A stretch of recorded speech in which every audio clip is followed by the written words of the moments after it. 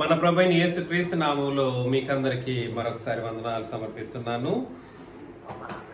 ఇవాళ మనం ప్రత్యేకించి సబ్జెక్ట్ ఆలోచన చేయబోతున్నాం. ఇది కూడా సిరీస్ ఆఫ్ ద లెసన్, క్రొత్త నిబంధన నీతిమంతులు.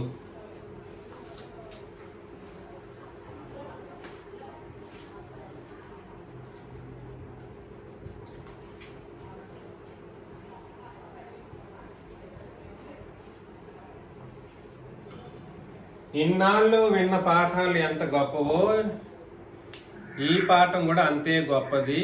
ఇది మాత్రం చాలా చాలా చాలా కంఠస్థం చేయాలి. ప్రతి లేఖన భాగాలు, ప్రతి విషయాలు మనసులో పెట్టుకోవాలి. కాబట్టి క్రొత్త నిబంధన నీతిమంతులు అద్భుతమైనటువంటి ఒక విషయం అన్నమాట.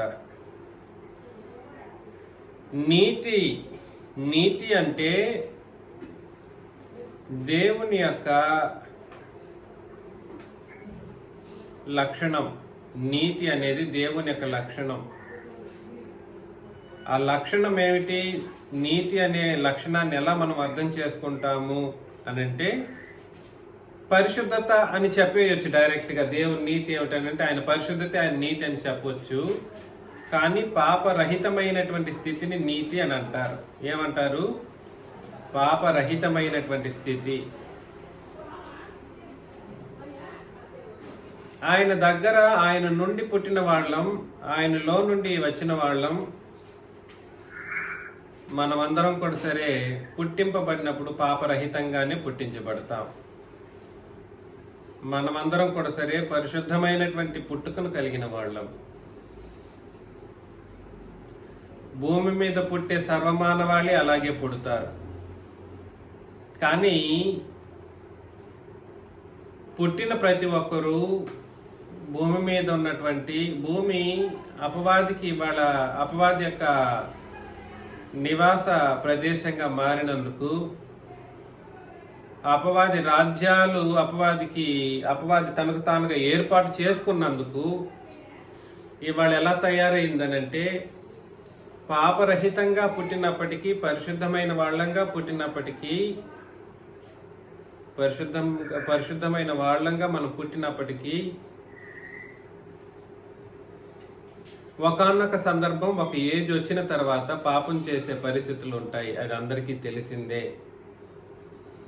ఈ పాపం చేసేటువంటి పరిస్థితుల నుండి తప్పించుకునేటటువంటి మార్గం ప్రపంచంలో ఎక్కడా లేదు. కానీ ఆ దేవుడే ఏర్పరిచినటువంటి రెండు మార్గాలు, ఒకటి ధర్మశాస్త్రము, రెండు క్రొత్త నిబంధన. ధర్మశాస్త్రంలో ఆ కాలంలో అదొకటే నీతి మార్గాన్ని తెలియజేసింది. దాన్ని కొట్టివేసిన తర్వాత క్రొత్త నిబంధన మాత్రమే వాళ్ళ నీతిని ఆయనకు నీతిని తెలియపరచడంతో పాటుగా ఆ నీతి ఎలా అనుగ్రహించబడింది ప్రపంచానికి అనే విషయాన్ని కూడా క్రొత్త నిబంధన తెలియజేస్తుంది అన్నమాట. కానీ రెండు నీతిని పోల్చినప్పుడు, ధర్మశాస్త్ర నీతిని క్రొత్త నిబంధన నీతిని పోల్చినప్పుడు అసలు పోలికే లేదు. 66 పుస్తకాలు ఒక నీతిని బోధించదు. పోలికే లేకపోగా దేవుని నీతి అనబడినటువంటి క్రొత్త నిబంధన నీతి ఏదైతే ఉందో దాని ముందు ధర్మశాస్త్రపు నీతి 0. ఎట్లా? క్రొత్త నిబంధన నీతి ముందు ధర్మశాస్త్రపు నీతి 0 కంటే ఇంకా నెగటివ్గా కూడా చెప్పవచ్చు. There is nothing like that. అసలు క్రొత్త నిబంధన నీతితో పోల్చలేం. అయితే విషయం ఏమిటంటే, మన సబ్జెక్టు క్రొత్త నిబంధన నీతి కాదు. నీతి మంతులు అనే మాట ఎవరికి ఆపాది, ఎలా అర్థం చేసుకుంటాం? అది మనుషులు. క్రొత్త నిబంధన నీతి మంతులు అని అంటే ఇది మనుషులకు సంబంధించింది. నీతి అనేది వాక్య రూపంలో చెప్పేది నీతి అయితే, నీతి మంతులు అనేది ఎవరు? క్రియారూపంలో మానవులు కలిగి ఉండేది నీతి మంతత్వం. ఎవరైతే ఈ క్రొత్త నిబంధన నీతిని కలిగి ఉంటారో ఆ నీతిని కలిగిన మనుషులు ఏమని పిలుస్తారండి? క్రొత్త నిబంధన నీతిమంతులు. ఎప్పుడైనా విన్నారా ఎట్లాగా క్రొత్త నిబంధన నీతిమంతులు అనే మాట? వినుండ్రు. ఎవరికి తెలుసు ఇవి? ఇట్లాంటివి తెలియదు.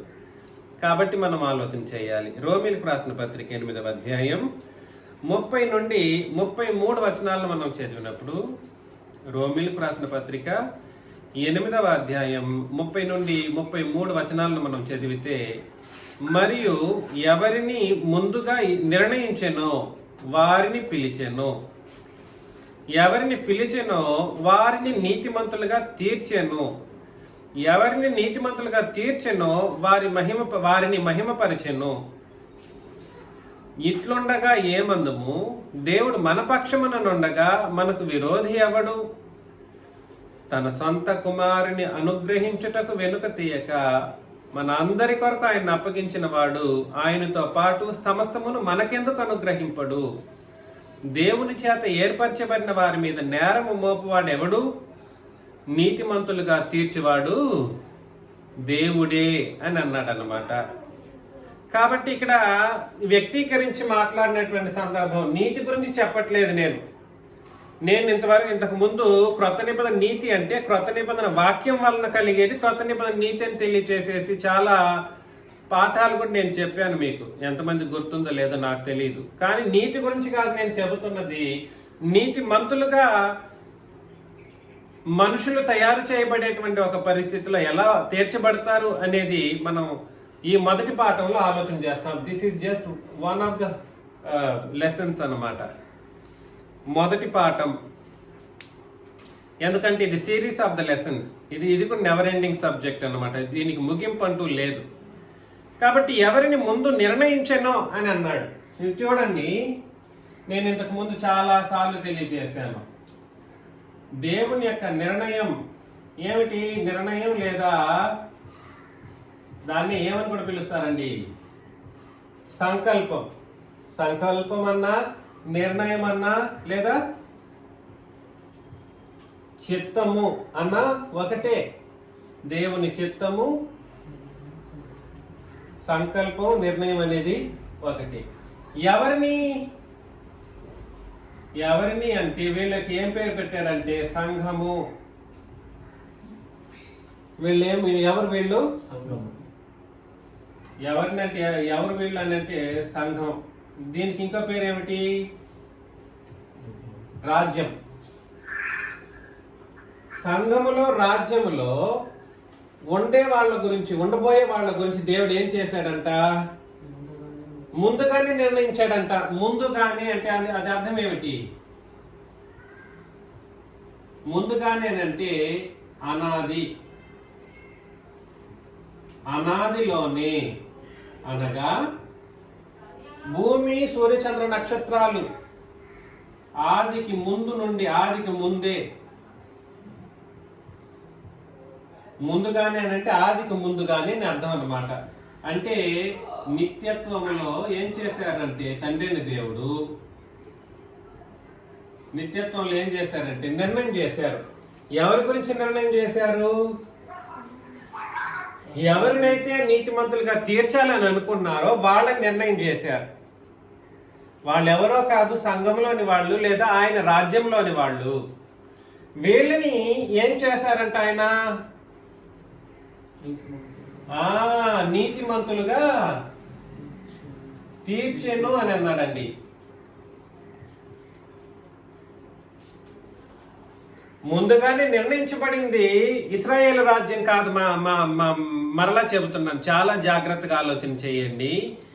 ఈ ముందుగా నిర్ణయించడం అనేది భూమిని సృష్టించడము, భూమి తర్వాత చంద్రుడు, సూర్యుడు, నక్షత్రాలు, మనుషుల్ని నిర్ణయించడం కూడా దేవుని సంకల్పం కాదు.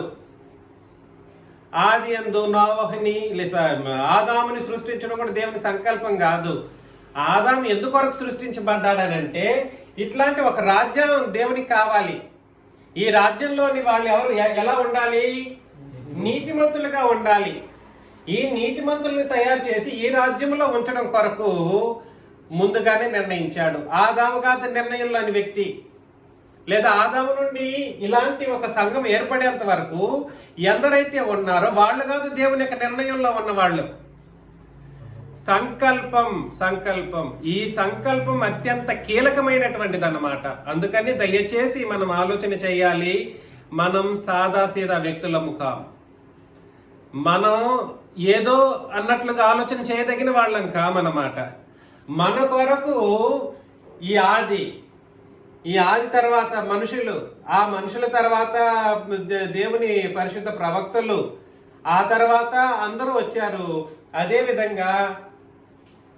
అదేవిధంగా మన కొరకు ఏం చేశాడు అక్కడే చెప్పాడు, మనం చదివాం. ఇట్లుండగా ఏమందుము, దేవుడు మన పక్షమునుండగా మనకు విరోధి ఎవరిని నీతిమంతులుగా తీర్చునో వాళ్ళని మహిమపరచును. తీర్చిన వాళ్ళని ఏం చేశాడు? మహిమపరచును అని అన్నాడు.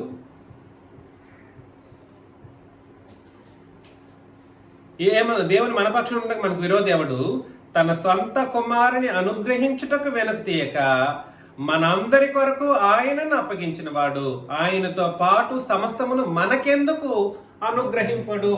ఇది జరగాలనంటే, ఈ సంఘం రావాలి, సంఘం ఏర్పడాలనంటే, ఈ సంఘంలో ఈ నీతిమంతులుగా తీర్చబడిన వాళ్ళు ఉండాలనంటే తండ్రిన దేవుడు ఏం చేయాల్సిన పరిస్థితి వచ్చింది?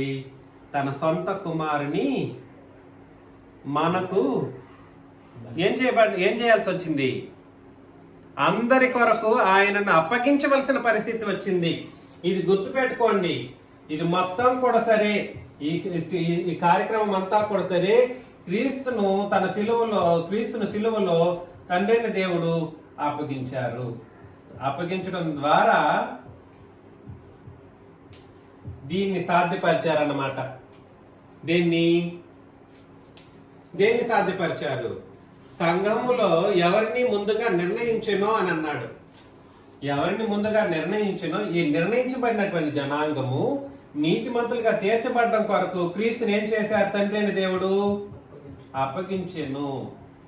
క్రీస్తుని అప్పగించెను అనేది సాధారణమైన మాట కాదు సుమి.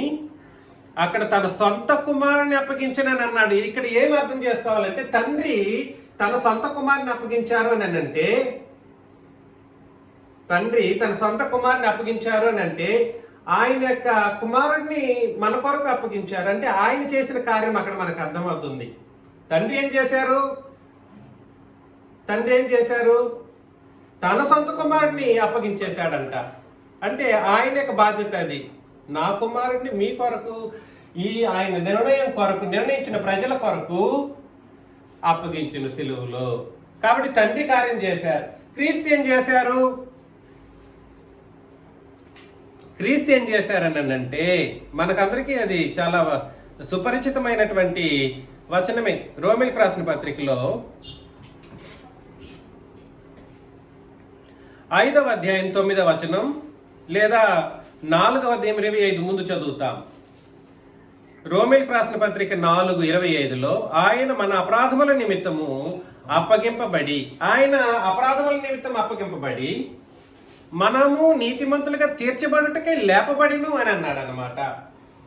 కాబట్టి క్రీస్తు తాను అప్పగించుకున్నాడన్నా, లేదా తండ్రి తన సొంత కుమారుని అప్పగించాడన్నా వ్యత్యాసం చూపించాల్సిన అవసరం లేదు సుమి. తండ్రి తన సొంత కుమారుని అప్పగించేశాడు. తండ్రి ఏం చేశాడు? తండ్రి ఏమి చేయాల్సిన అవసరం లేదు. ఆయన సొంత కుమారుని అప్పగించాడు. క్రీస్తు ఏం చేశాడు? తన శరీరాన్ని మనందరి కొరకు ఏం చేశాడనంటే, మన అపరాధముల నిమిత్తం అప్పగింపబడి మనము నీతిమంతులుగా తీర్చబడుటకై లేపబడిను అని అన్నాడు అనమాట. క్రీస్తు ఎప్పుడైతే అప్పగించను అది సిలువలో, ఈ అప్పగింతలు ఏం జరిగింది?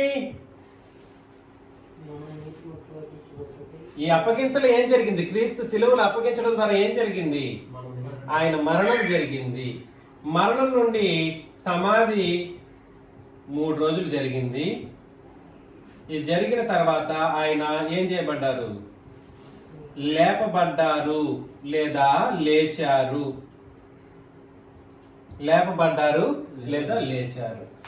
ఈ కార్యక్రమం ద్వారా మనిషి ఏమయ్యాడు అని అంటే,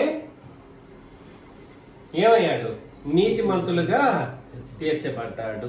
మనము నీతిమంతులంగా తీర్చబట్టుకై లేపబడిను. కాబట్టి నేనేం చెప్పడానికి ప్రయత్నం చేస్తున్నానంటే, క్రొత్త నిబంధనలో నీతిమంతునిగా తీర్చే మార్గం వేరు.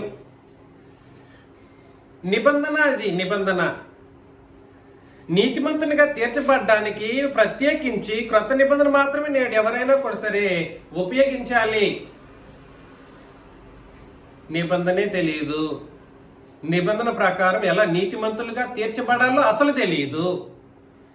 అదే మరణం అంటాడు, మేము నమ్మామంటాడు, సువార్త అంటాడు, అన్ని అంటాడు.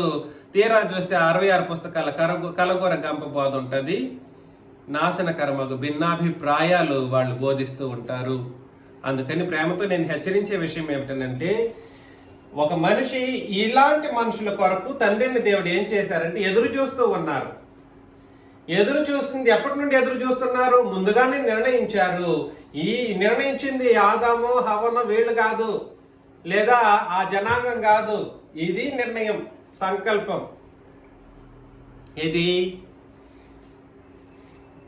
ఏది చెప్పండి? సంఘము లేదా రాజ్యం. అందులో వాళ్ళు ఎలా ఉండాలని అంటే, ఎలా ఉండాలి? నీతిమంతులుగా ఉండాలి, నీతిమంతులుగా తీర్చబడాలి, నీతిమంతులుగా తీర్చబడాలి. విషయం ఏమిటంటే, చాలామంది నీతిమంతులుగా తీర్చబడటానికి ఆ పద్ధతి తెలుసుకోకుండా అది ఎవరి ద్వారా కలుగుతుందో తెలుసుకోకుండా ఇష్టారాజ్య బోధలు చేయడం మనం గమనిస్తూ ఉంటుంటాం. వాస్తవమైన సంగతి ఏంటంటే, తండ్రి క్రీస్తు ద్వారా మాత్రమే ఒక మనిషి నీతిమంతులుగా తీర్చబడడు. మరలా చెప్తున్నాను, తండ్రి తన సొంత కుమారుని అప్పగించినందుకు మాత్రమే నీతిమంతునిగా తీర్చబడడం అసాధ్యం. లేదా క్రీస్తు రక్తం చేత కడుగుపడినంత మాత్రాన ఆ మనిషి నీతిమంతునిగా తీర్చబట్టి అది కూడా అసాధ్యమే.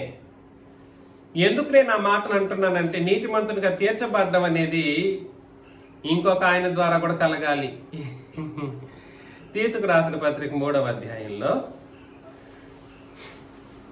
తీతుకు రాసిన పత్రిక 3వ అధ్యాయం 6 నుండి 9 వచనాలను మనం చదివినప్పుడు, మనం ఆయన కృప వలన నీతిమంతులమని తీర్చబడి నిత్య జీవమునకు వచ్చిన నిరీక్షణను బట్టి దానికి వారసుల మగుటకై ఆ పరిశుద్ధాత్మను మన రక్షకుడైన యేసుక్రీస్తు ద్వారా ఆయన మన మీద సమృద్ధిగా కుమ్మరించును అని అన్నాడు. అంటే అర్థం ఏమిటి? ఇంకొక ఆయన ఎవరు? అది పరిశుద్ధాత్ముడు లేకుండా అంటే నేనేం చెప్పడానికి ప్రయత్నం చేస్తున్నానంటే, ఒక తండ్రే నీతిమంతుడిగా ఒక మనిషిని తీర్చేస్తారా? లేదా ఒక ప్రభువైన క్రీస్తే తీర్చేస్తారని అంటే కాదు. అందుకనే క్రొత్త నిబంధన ఏం చేస్తుందని అంటే, తండ్రి, కుమారుడు, పరిశుద్ధాత్ముడు ముగ్గురు యొక్క కార్యకలాపాల ద్వారా ఒక మనిషి నీతిమంతునిగా తీర్చబడడానికి దోహదపడుతుంది. దీని వలన తండ్రి, క్రీస్తు, పరిశుద్ధాత్ముడు ఏం చేస్తారు తెలుసా అండి? కృపను బట్టి, ఇది అండర్లైన్ చేసుకోవాలి. కృప, తండ్రి కృప లేకుండా, క్రీస్తు కృప లేకుండా, పరిశుద్ధాత్మ కృప లేకుండా, పరిశుద్ధాత్ముడు కూడా కృపకు మూలం. నేను చెప్పాను చాలా సందర్భాల్లో మీకు.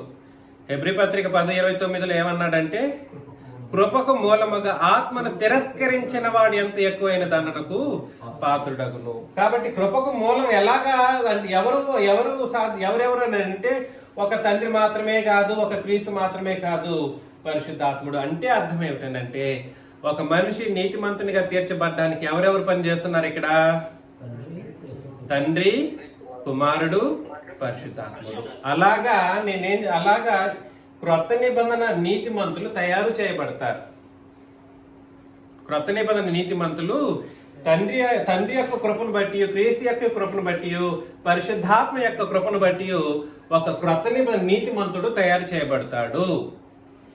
ఒక నీతిమంతుడిగా తీర్చబడతాడు ఒక పాపి. అర్థమవుతుంది కదండి నేను చెప్పేది? దయచేసి ఆలోచన చేయండి. ఇంకా నేను చదువుతున్నాను. ఎవరైతే ఇవి ముగ్గురి చేత నీతిమంతులుగా తీర్చబడతారో వాళ్ళకి ఏముందని చెప్పేశాడు? నిత్య జీవం.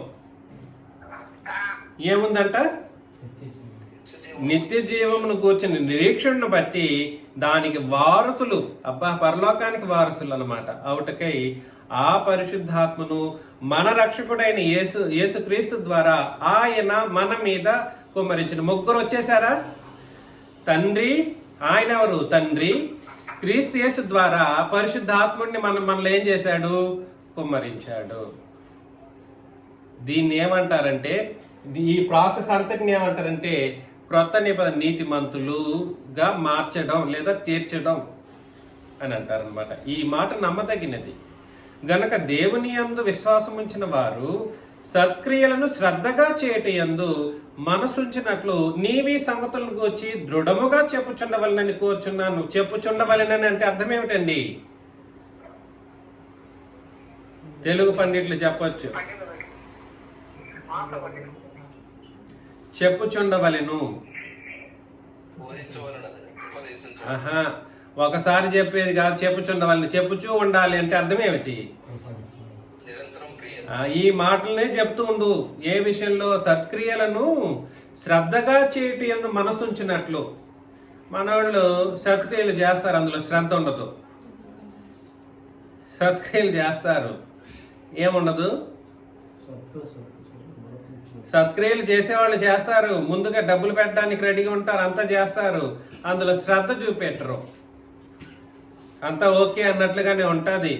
కానీ సత్క్రియలు చేస్తున్నామంటే చాలా సీరియస్గా తీసుకొని చేయాలన్నమాట.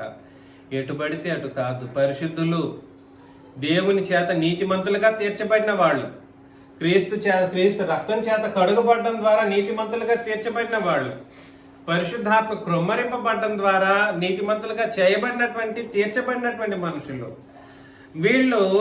వీళ్ళ మీద నేరారోపణ లేని పరిస్థితుల్లో వీళ్ళు ఉండాలి. మనం అందరం కూడా సరే. నేరారోపణ అంటే తండ్రిని దేవుడు పాపరహితుడిగా ఎలా ఉన్నారో, క్రీస్తు యేసు పాపరహితుడిగా ఎలా ఉన్నారో, పరిశుద్ధాత్ముడు పాపరహితుడిగా ఎలా ఉన్నాడో అలాగే మనం కూడా పాపరహితమైనటువంటి జీవన విధానాన్ని కలిగి ఉండాలి. కాబట్టి నెక్స్ట్ వచనంలో ఏమన్నాడంటే, మరొకసారి 8వ వచనం, తీతుకు రాసిన పత్రిక 3, 8, 9 వచనాలు. ఈ మాట నమ్మదగినది. మీరు నీతిమంతులుగా తీర్చబడ్డారు తండ్రి, కుమార, పరిశుద్ధాత్మ చేత. తద్వారా మీకు ఏమి ఇస్తానని అన్నాడంటే నిత్య జీవానికి వారసులు అయ్యారు మీరు అని అన్నాడు. ఈ మాట నమ్మదగినది. ఈ మాట నమ్మదగినది గనుక దేవుని యందు విశ్వాసం ఉంచిన వారు సత్క్రియలను శ్రద్ధగా చేయటి యందు మనస్సుంచినట్లు నీవి సంగతులను గూర్చి దృఢముగా చెప్పుచుండవలను. నీతిమంతులు మంచి కార్యాలు చేస్తారు. ఎలా చేస్తారంటే శ్రద్ధగా చేస్తారు, సత్క్రియలు చేస్తారన్నమాట. సంఘంలోని వాళ్ళని అత్యంత గౌరవప్రదంగా చూస్తారు. వాళ్ళు పేదవాళ్ళు కావచ్చు, వాళ్ళు వస్త్రహీనులో కలిగిన వాళ్ళు అయి ఉండొచ్చు. క్రొత్త నిబంధన సంఘంలో ఒక్కసారి చేర్చబడిన తర్వాత వాళ్ళ విషయంలో సత్క్రియలు చేయబద్దులై ఉన్నాం ప్రతి ఒక్కరం. ఏ ఒక్క సహోదరిని మనం తృణీకరించే ఆలోచన ఉండకూడదు. సత్క్రియలు అన్నప్పుడు ప్రప్రథమంగా గుర్తుకు రావాల్సింది సంఘంలోని వాళ్ళకి సత్క్రియలు చేయాలి. చాలా మంది ఏం చేస్తుంటారు తెలుసా? బయట వాళ్ళకి చేస్తూ ఉంటారు సత్క్రియలు బాగా, అక్కడ తీసుకెళ్తారు. నేను మొన్న చెన్నైలో, తమిళనాడులో చూశాను. చాలా మంచి కార్యక్రమం. మూటల్లో ప్యాకెట్లు తీసుకెళ్ళి ఆ బస్ స్టాండ్లో వాటిల్లో ఇవ్వడం నేను ఎక్కడా చూడలేదు. మొదటిసారి నేను చెన్నైలో చూసినప్పుడు ఐ గాట్ అస్టానిష్డ్. నేను చాలా సంతోషించాను, ఆశ్చర్యపడ్డాను. ఇట్లా కూడా చేస్తారా ఈ ప్రాంతంలో? ఎప్పుడు మొదట్లో 4 సంవత్సరాలకు ముందు వచ్చినప్పుడు. ఇప్పుడు కూడా చేస్తున్నాయని చూస్తుంటాను అక్కడక్కడ. కొన్ని ప్లేసెస్లో చేస్తారు. హైదరాబాద్లో చేస్తారేమో నాకు తెలియదు, ఎప్పుడు చూసింది లేదు ప్రత్యేకించి. అయితే సత్క్రియలు అనేది అలా కాదు. శ్రద్ధగా చేయడం అంటే utmost respect. You should make them in a great way. నీకు చేయాల్సినటువంటి చాలా గొప్పగా ఆ సత్క్రియలను చేయాలన్నమాట. శ్రద్ధగా చేయటి యందు మనస్సుంచినట్లు నీవి సంగతులను గురించి దృఢముగా చెప్పుచుండవలనని కోరుచున్నాను. నంబర్ 1 రూల్ అన్నమాట, రాసుకోండి. క్రొత్త నిబంధన నీతిమంతులు ఏం చెయ్యాలి అనంటే, ఏం చేయాలి? సత్క్రియలను శ్రద్ధగా చేయాలి. చేయటి యందు మనసు కలిగి ఉండాలి, ఇష్టం ఉండాలి. మనస్సు ఉంచినట్లు అంటే అర్థం ఏమిటి? నేను డబ్బులు ఇస్తాను వాళ్ళని చేయమని చెప్పండి, ఆ తర్వాత లేదు నేను చూసుకుంటానులే, అట్లా కాదు, అలా కాదు. ముందు మీకు ఇష్టం ఉండాలి. ఎన్ని కష్టాలైనా ఇష్టపడాలి. ఆ విషయంలో మనస్సు ఉంచినట్లు నీవు ఈ సంగతులను గురించి దృఢముగా చెప్పుచున్నవని కోరుచున్నాను. ఇవి మంచివియు మనుషులకు ప్రయోజనకరమునయ్యున్నవి గాని 9వ వచనం అండర్లైన్ చేసుకోవాలి. సబ్జెక్ట్ ఇది. అవివేక తర్కములను, వంశావళులను, కలహములను, ధర్మశాస్త్రమును గూర్చిన వివాదములను, నిష్ప్రయోజనమును వ్యర్థమునై ఉన్నవి గనుక వాటికి దూరంగా ఉండమని అన్నాడు. నీతిమంతులు, నువ్వు క్రొత్త నిబంధన ప్రకారం నీతిమంతుడివి, నీతిమంతురాలివైతే నువ్వు వీటికి దూరంగా ఉండాలంట. దూరంగా ఉండడం అంటే అర్థం ఏమిటనంటే విడిచిపెట్టేయడం అని కాదు దాని ఉద్దేశం. మనకు మనం దూరంగా ఉంచుకోవటం. ఏం చెప్పండి. అవివేక తర్కములను, వంశావళులను, కలహములను, ధర్మశాస్త్రమును గూర్చిన వివాదములను, నిష్ప్రయోజనం వ్యర్థమన్నై ఉన్నవి. కాబట్టి ధర్మశాస్త్రము ఎందుకనంటే ఈ ధర్మశాస్త్రం ప్రకారం నీతిమంతులుగా తీర్చబడే మార్గం లేదు. నేనేం చెప్పాను? ధర్మశాస్త్రం ప్రకారం నీతిమంతులుగా తీర్చబడడం అనేది అసాధ్యమంట. ఎక్కడ చెప్పాడు వచనం? రోమాలో చెప్పాడు. 3:10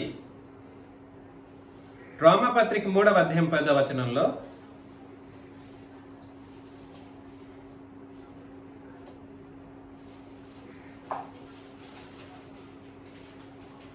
రోమపత్రిక 3వ అధ్యాయం 10వ వచనంలో ఇందును గూర్చి వ్రాయబడినదేమనగా నీతిమంతుడు లేడు, ఒక్కడును లేడు. యేసు ప్రభు చచ్చేంత వరకు ఒక్క నీతిమంతుడు కూడా సరిగా కనబడట్లేదు. ధర్మశాస్త్రం ప్రకారం ధర్మశాస్త్రాన్ని క్రియారూపం దాల్చి నీతిమంతునిగా తీర్చబడిన వాడు ఒక్కడు కూడా లేడు. అయితే ఒక విషయం గుర్తుపెట్టుకోండి. పౌలు లేదా అపోస్తులు దాన్ని ఆసరాగా పెట్టుకుని ఏం చేశారో తెలుసా? అపోస్తుల కార్యములు 13:39లో అపోస్తుల కార్యములు 13వ అధ్యాయం 39 అండర్లైన్ చేసుకొని మీ బైబిళ్లలో ఈ వచనాన్ని, మీరు మోషే ధర్మశాస్త్రం వలన ఏ విషయములలో నీతిమంతులుగా తీర్చబడలేకపోతీరో,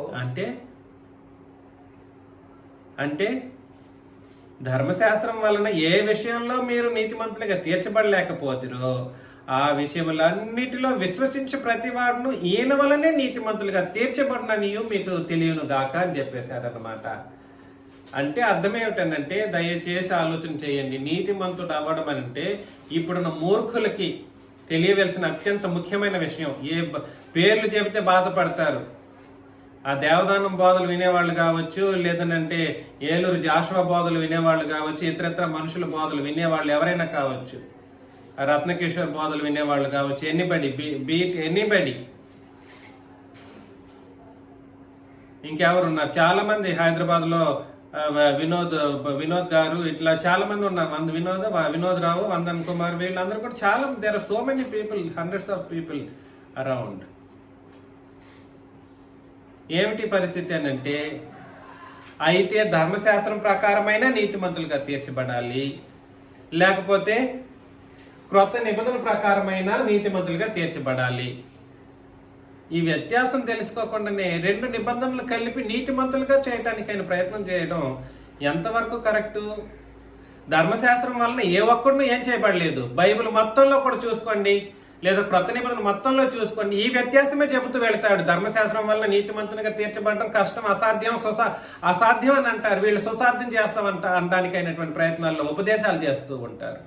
ఎంత దారుణంగా ఉందో ఈ బోధలు. నీతిమంతులుగా తీర్చబడడానికి నిబంధన ప్రామాణికం.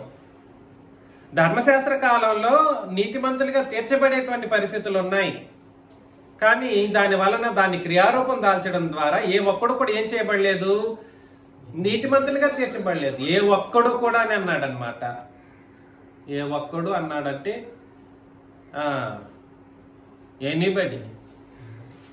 క్రొత్త నిబంధన అందరికీ అనే మాట మీరు ఉపయోగించి చూశారు. సర్వ ప్రపంచాన్ని నీతిమంతునిగా తీర్చగలిగే ఏకైక గ్రంథం క్రొత్త నిబంధన చట్టం, క్రొత్త నిబంధన మాత్రమే.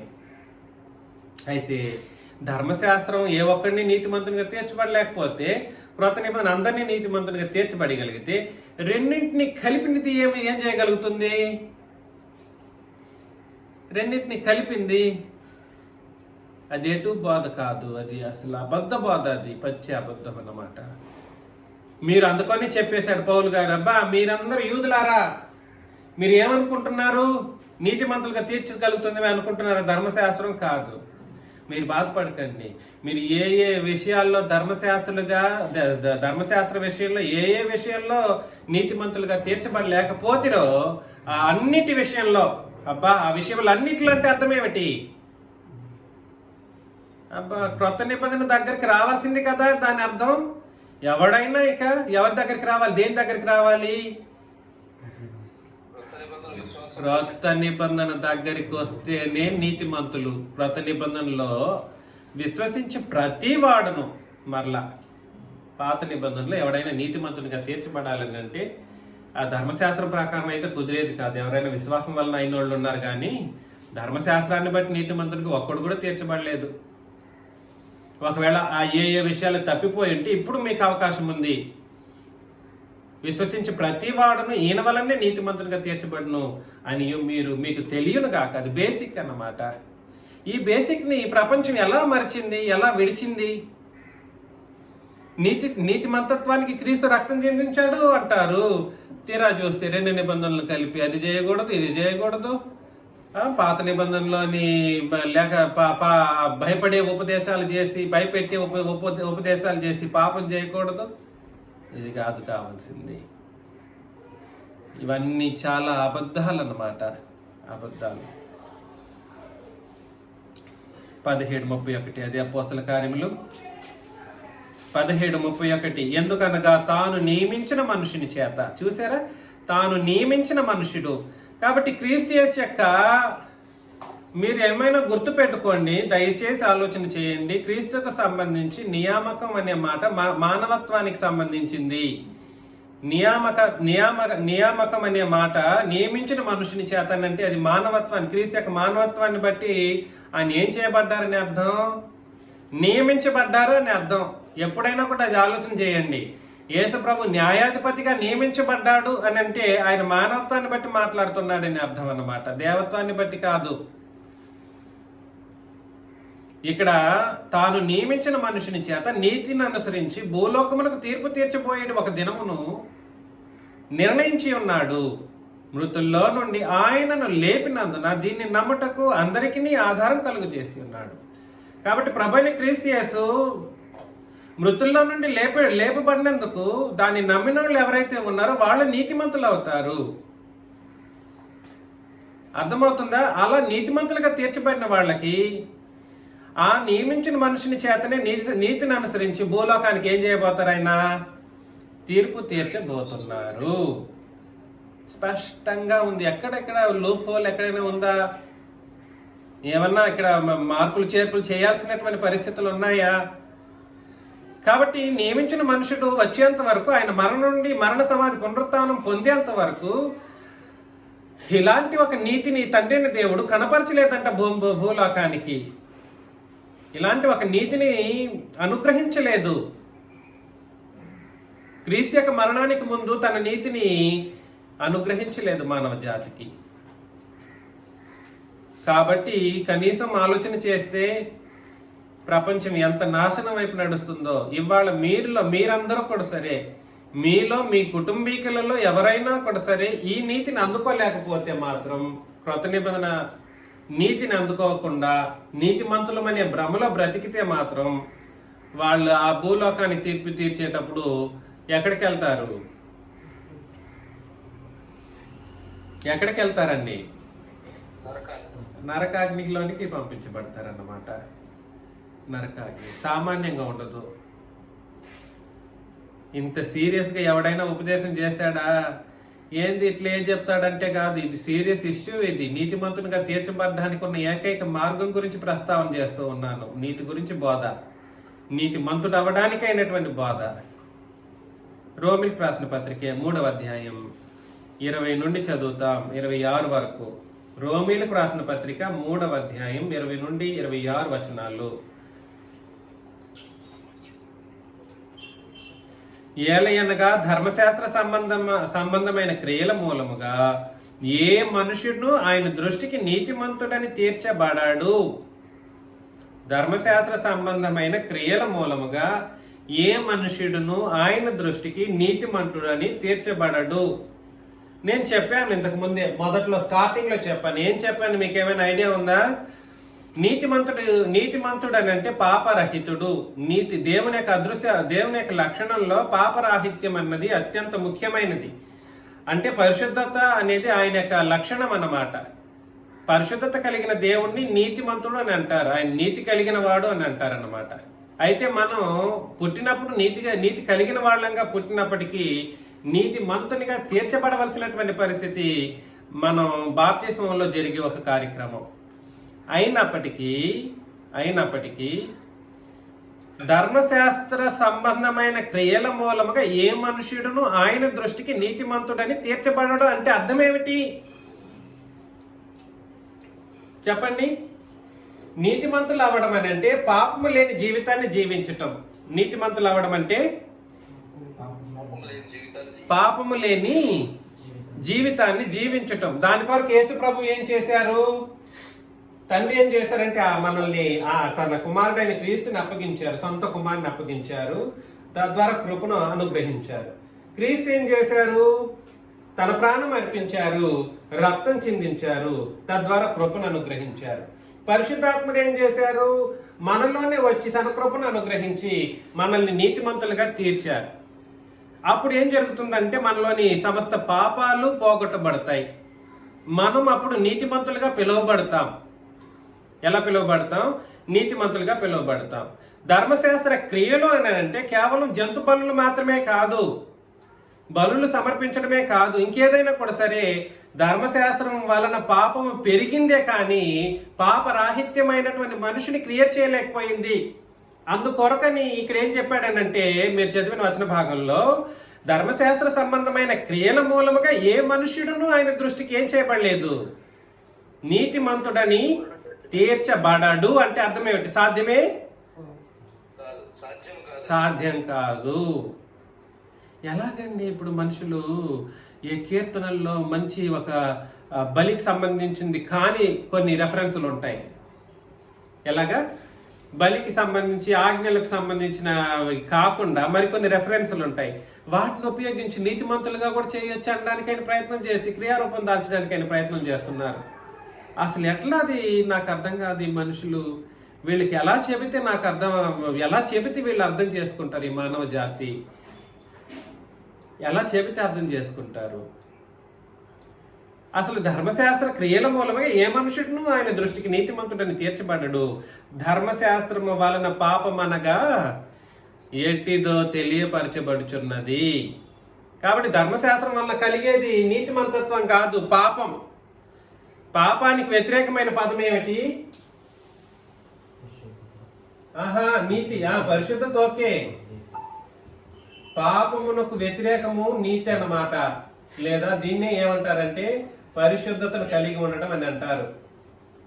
పరిశుద్ధత అనేది మనం పొందుకునే స్థితి అయినప్పుడు నీ పరిశుద్ధత యొక్క క్రియారూపం నీతి అవుతుంది.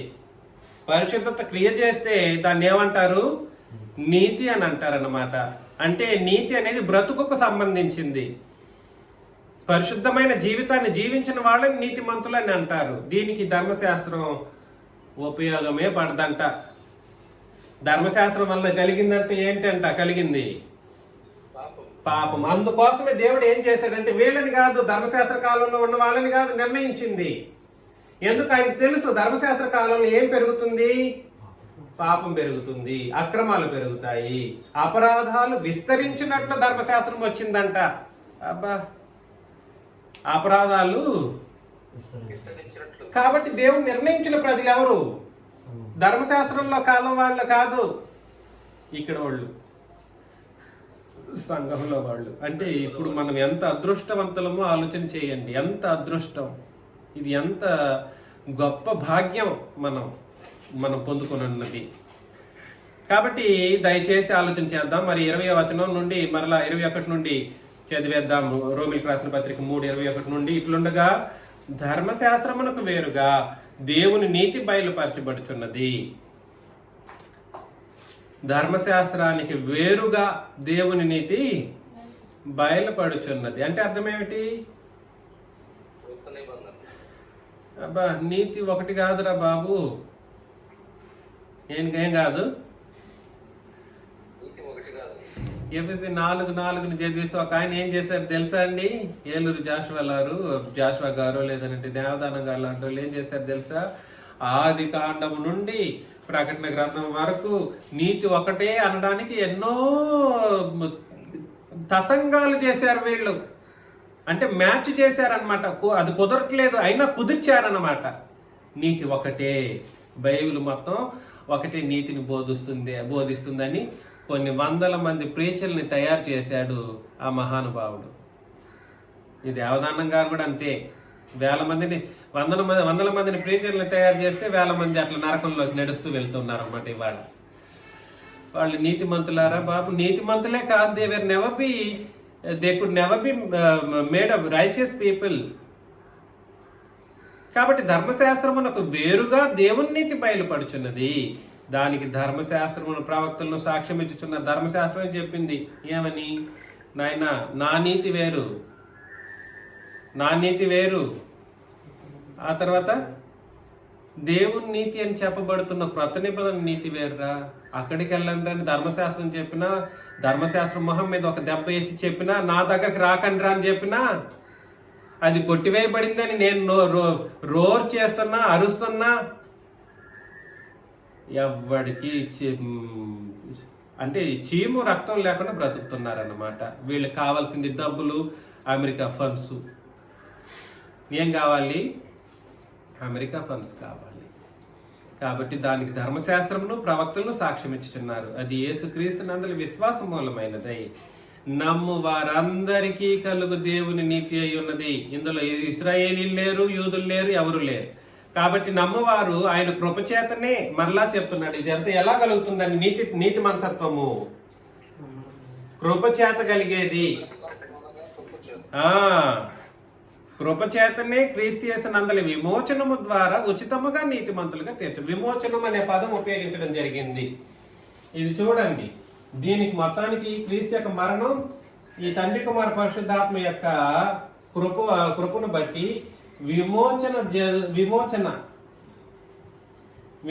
జరగాలన్నమాట. అంటే బాప్తిస్మంలో సర్వ పాపాలు కడిగి వేయబడాలి.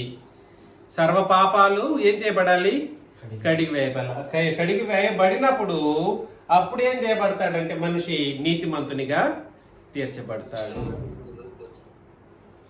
ప్రాసెస్ అన్నమాట. అది కూడా ఎలాగా? ఉచితముగా నీతిమంతులను తీర్చబడుచున్నారు. పూర్వము చేయబడిన పాపములను దేవుడు తన ఓరిమ వలన ఉపేక్షించేసినందున ఆయన వదిలిపెట్టేశాడు. పోతే పోని అని చెప్పేసి. పూర్వం అని అంటే క్రీస్తు యేసు రక్తం చెందించడానికి మునుపు ఆయన తన నీతిని కనపరచవలనని క్రీస్తు యేసు రక్తమునందలి విశ్వాసము ద్వారా. క్రీస్తు యేసు రక్తమునందలి విశ్వాసం అంటే అర్థం ఏమిటి? ఎలా నమ్ముతారు? ఎలా విశ్వసిస్తారు ఆయన రక్తం నందలి విశ్వాసము? ఆయన రక్తం ఇప్పుడు ఎలా ఉంది? నిబంధన రూపంలో ఉంది, క్రొత్త నిబంధన రూపంలో. దీని క్రొత్త నిబంధన అని రాస్తేనే నమ్మాలా? ధర్మశాస్త్రం అని ఒక పక్క చెబుతున్నాడు, దానివల్ల నీతిమంతుడిగా తీర్చబడలేకపోతున్నారు, చేర్చబడడు అని అన్నాడు. క్రీస్తు రక్తం వల్లనే నీతిమంతుడిగా తీర్చబడుతున్నాడు అంటే ధర్మశాస్త్రానికి కానిది ఇంకా ఏ నిబంధన ఉంది? క్రొత్త నిబంధనే ఉంది. దాన్నే క్రీస్తు రక్తం అని కూడా అనేక సందర్భాల్లో లేఖనాలు చెప్పాయి. అదే నేను చెప్తున్నది ఆది మొదల నుండి. కానీ క్రీస్తు యేసు రక్తమునందలి విశ్వాసము ద్వారా ఆయనను కరుణాధారముగా బయలుపరచును. దేవుడు ఇప్పటి కాలమందు తన నీతిని కనపరచు. ఇప్పటి కాలమందు అంటే క్రీస్తు యేసు రక్తము చిందించినప్పటి కాలమునందు అక్కడి నుండి తన నీతిని కనపరచు నిమిత్తము తాను నీతిమంతుడును యేసునందు విశ్వాసము గలవానిని నీతిమంతునిగా తీర్చివాడునయునుటకు ఆయన అలాగు చేసినంటే ఇలా నిర్ణయించి పెట్టాడనమాట. ఈ కాలంలో ఆయన నీతిని అనుగ్రహించకూడదు. ధర్మశాస్త్రాన్ని ఒకటి ఇచ్చేసి అది టెంపరీ నీతిని వాళ్ళు కలిగి ఉండేటట్లుగా చేయడానికి ఆయన ప్రయత్నం చేశాడు. కానీ దాన్ని బట్టి కూడా ఎవడు నీతిమంతుడిగా తీర్చబడలేకపోయాడు. అయితే అలాగూ చేశానంటే క్రీస్తు యేసు రక్తం చిందించబడడం ద్వారా ఎందరైతే ఆ రక్తం చేత కడుగుపడడం ద్వారాను తండ్రి కుమార పరిశుద్ధాత్మ యొక్క కృపను బట్టి నీతిని పొందుకున్న వాళ్ళుగా, విమోచన పొందుకున్న వాళ్ళుగా, నీతిమంతులుగా తీర్చబడతారో వాళ్ళని ఏం చేశాడు ఆయన? అలాగూ చేసి నిర్ణయించుకొని పెట్టుకున్నాడు. కాబట్టి నేను ఇప్పుడు ఏమై ఉన్నాము? ఆయన నిర్ణయంలో వ్యక్తులం అనేది ఇక్కడ చాలా దృఢంగా అర్థమవుతుందా కాదా? చెప్పండి. నేను రెచ్చగొట్టి మాట్లాడట్లేదు సుమి. I'm not provoking anybody here. I'm not doing that. రెచ్చగొట్టి కాదు. జరుగుతున్న అపరాధాలు, జరుగుతున్న మోసకరమైనటువంటి బోధలు ఇలాగ మానవ జాతిని నడిపిస్తున్నాయి. ఈ ఉపదేశాన్ని వినేవాళ్ళు ఎప్పటికైనా మారి ఇంకనూ క్రొత్త నిబంధన ప్రకారం బాప్తిస్మం తీసుకోలేకపోతే, వాళ్ళు పాప క్షమాపణ లేదనే విషయాన్ని గుర్తించడం ద్వారా, పాప విమోచన కలగదనే విషయాన్ని గుర్తించడం ద్వారా నీతిమంతత్వాన్ని పొందాలనే ఉద్దేశంతో నేను పిలుపునిస్తూ మాట్లాడుతున్నాను. 2 నిబంధనలు కలిపి ఉపదేశం చేయబడి బాప్తిస్మం తీసుకోవటం పాప విమోచనకు మార్గం కాదు. మరలా చెబుతున్నాను, 2 నిబంధనలు కలిపి ఉపదేశించబడి క్రీస్తునందును తండ్రిని దేవుని విశ్వాసం ఉంచిన అది సరైన విశ్వాసం కాదు. అలా బాప్తిస్మం తీసుకుని పాప విమోచన కలుగుతుందా అంటే కలగదు. పాప విమోచన లేకపోతే నీతిమంతునిగా తీర్చబడడు. మరి ఏమైతే ఎలా ఉంటది? పాపాలు అలాగే ఉంటాయి. నువ్వు పొందిన మారు మనస్సు, నువ్వు కూర్చుని ఆరాధన, నటించుతూ కూర్చుని ఆరాధన మొత్తం కూడా అబద్ధం. నువ్వు వేసిన కానుకలు, నువ్వు చేసిన సపోర్టు ఏమైపోతుంది? వ్యర్థం. నరకంలో అప్పుడు కనబడుతుంది అన్నమాట. పైగా నన్ను తిట్టిన తిట్లన్నీ కూడా ఆ నరకంలో కనబడతా ఉంటుంది వాళ్ళ ఓర్పులో. నన్ను ఎంతమంది అయితే ఆడిపోసుకుంటున్నారో నేను చూస్తాను. అప్పుడు నన్ను తిట్టావు కదా, నన్ను అట్లా అన్నావు కదా అని చూస్తాను ఖచ్చితంగా. I would see from the heaven. వాళ్ళ యొక్క అరుపుల్లో నా ఓర్పును చూస్తాను. I see them from the heaven and they are being persecuted or whatever it is, tormented in the hell అన్నమాట. Tormented, they will be tormented like anything. కాబట్టి మిమ్మల్ని అందరినీ ప్రేమతో ఈ విషయాలను గుర్తించి ఈ ప్రపంచంలో ఈ క్రొత్త నిబంధన నీతిమంతులను తయారు చేయటానికి మీరందరూ కూడా చేయి కలిపి పనిచేయటానికి సిద్ధంగా అవ్వాలని పిలుపునిస్తూ ముగిస్తున్నాను. మీకు అందరికీ క్రీస్తు యేసు నామములో వందనాలు.